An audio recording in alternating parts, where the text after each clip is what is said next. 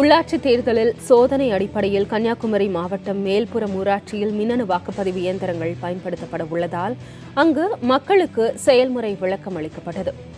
ஊராட்சிக்குட்பட்ட கிராமங்களின் அனைத்து வீடுகளுக்கும் சென்ற தேர்தல் அலுவலர்கள் மின்னணு இயந்திரத்தில் எவ்வாறு வாக்களிக்க வேண்டும் என விளக்கம் அளித்தனர். வார்டு உறுப்பினர், பஞ்சாயத்து தலைவர், ஒன்றிய உறுப்பினர், கவுன்சிலர் என அனைத்து வாக்குப்பதிவிற்கும் மேல்புறம் ஊராட்சியில் மின்னணு இயந்திரங்கள் பயன்படுத்தப்பட உள்ளன.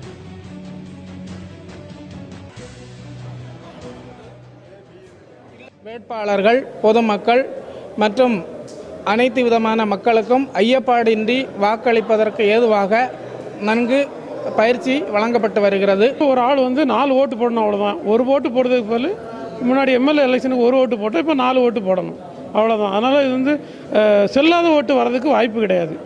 இல்லை, இதுக்கு முன்னாடி எல்லாம் நம்ம 4 ஓட்டு போடணும்னா காலதாமதம் ஆகிறது, அந்த இடித்து நம்ம குத்தி போடும்போது காலதாமதம் ஆகிறது. இது மாறி இப்போது எந்திர ஓட்டுங்க என்பதால் மிகவும் ஈஸி. இது தமிழகத்தில் எல்லா இடங்களிலும் நடைபெற்றால் மிகவும் அருமையாக இருக்குது.